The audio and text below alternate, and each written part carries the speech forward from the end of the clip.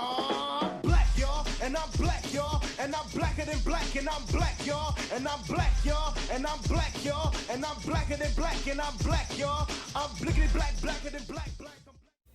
What's up, all my movie-loving maniacs? This your boy Bankful B, and welcome back to the Lassiter Factor Black History Month movie review special. And today, I'm going to talk about Woman, Thou Art Loose, which came out in 2004. So, even though it's a new year, but at this point, it's been 10 years since, not 10 years, but 20 years since it came out. And I'll be honest, this movie wasn't really on my list of movies to watch for Black History Month, but after rewatching Diary of a Mad Black Woman, which starred Kimberly Elise, and maybe go back and see what other movies she's been in that I remember her fondly of, and this was one of them, and I just kind of got in the mood to rewatch this one, because I do remember watching this for the first time on TV1 back in the day, and thought, this is kind of interesting, and also interesting that Kimberly Lee was in this movie before she made Diary of a Mad Black Woman.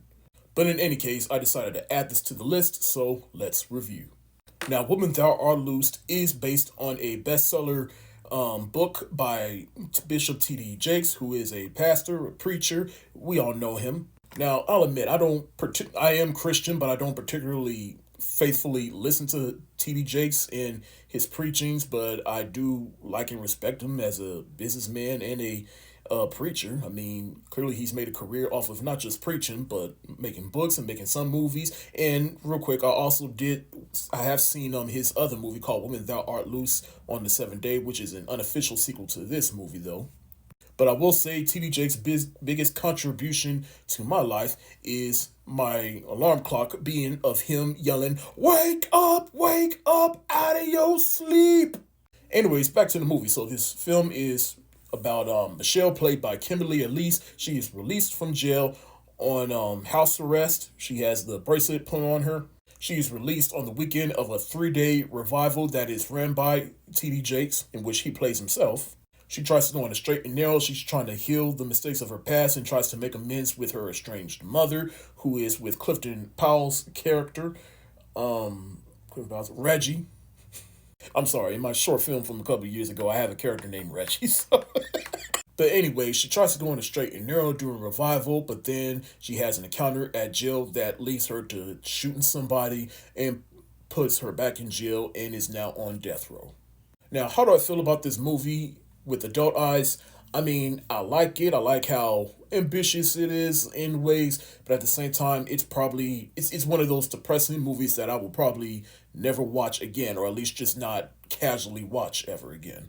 Because this movie really is a cautionary tale about trying to overcome the mistakes and the trauma of your past, but how you just, in some ways, you just never get over it, and it just sets you on a path that basically ruins your life.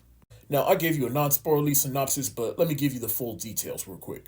Now, like I said, Michelle, she is out on probation. She's trying to go in the straight and narrow. She's trying to rekindle her relationship with her mother, and it's revealed that she was basically raped by her mother's boyfriend. Her mother, played by Loretta Devine, and the boyfriend, played by Clifton Powell. Her mother didn't believe her because even back when she was a child, she always had an estranged relationship with her daughter, and that just set her off to the wrong path, which landed her in jail. Now she's out, and then her mother, she's trying to go in a straight and narrow, hence why she's going to these revivals, but Michelle, she's just not believing it. But on the third day, she goes in, she tries to put down the dress that she was raped in, and it's all bloody. She's trying to let go of the past, but then she runs into Reggie, who is also trying to go in a straight and narrow, and then Michelle, she puts out the gun and shoots Reggie, and then that's how she ended up in jail and is now on death row. And then she gets a visit from T.D. Jakes and just ensuring her that, look, everything's going to be all right.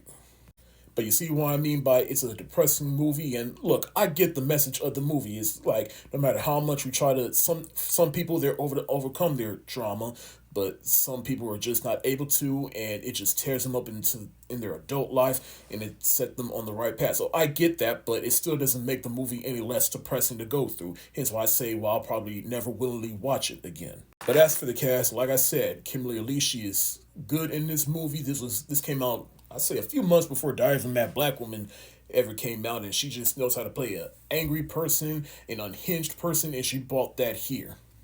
Loretta Devine, she's also in the movie. She plays the mother, and she's also pretty serviceable in the movie. I mean, we all know Loretta Devine's just good at playing the mom, no matter what.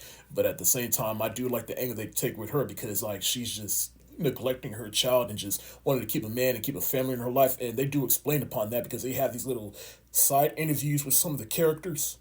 It basically goes into how we're just how people of a certain generation are raised to basically try to keep your family together as much as possible, no matter how much it hurts other people.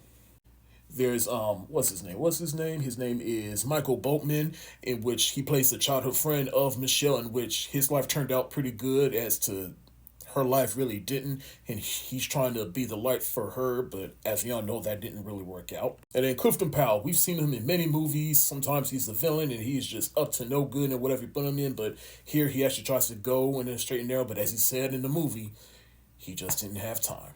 Now, lastly, like I said, I gotta mention Bishop T.D. Jakes, in which he plays himself in the movie, and he's made quite a career for himself, and he was pretty good in this movie. And I think he partnered with Reuben Cannon, in which for a long time, particularly during his earlier career, helped produce a lot of Tyler Perry movies.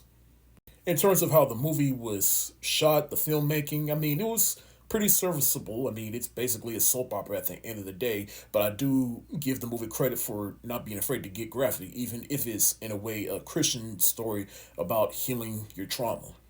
I'm just going to go straight to it. I'm going to give Woman Thou Art Loose the thumbs up emoji. Like I said, it's not a movie that I will just willingly watch again, but if you do watch it, I think there's something you can take away from it. I mean, it's a good movie to put on with your family. And be a form of healing, I should also make that clear. Thank y'all so much for watching. Have you seen Woman Thou Art Loosed? If so, let me know what you think in the comment section below. This your boy Bankful B of the Lassiter Factor. Stay safe, wash your hands, and be on the lookout for more reviews of the Lassiter Factor Black History Month movie review special. Peace.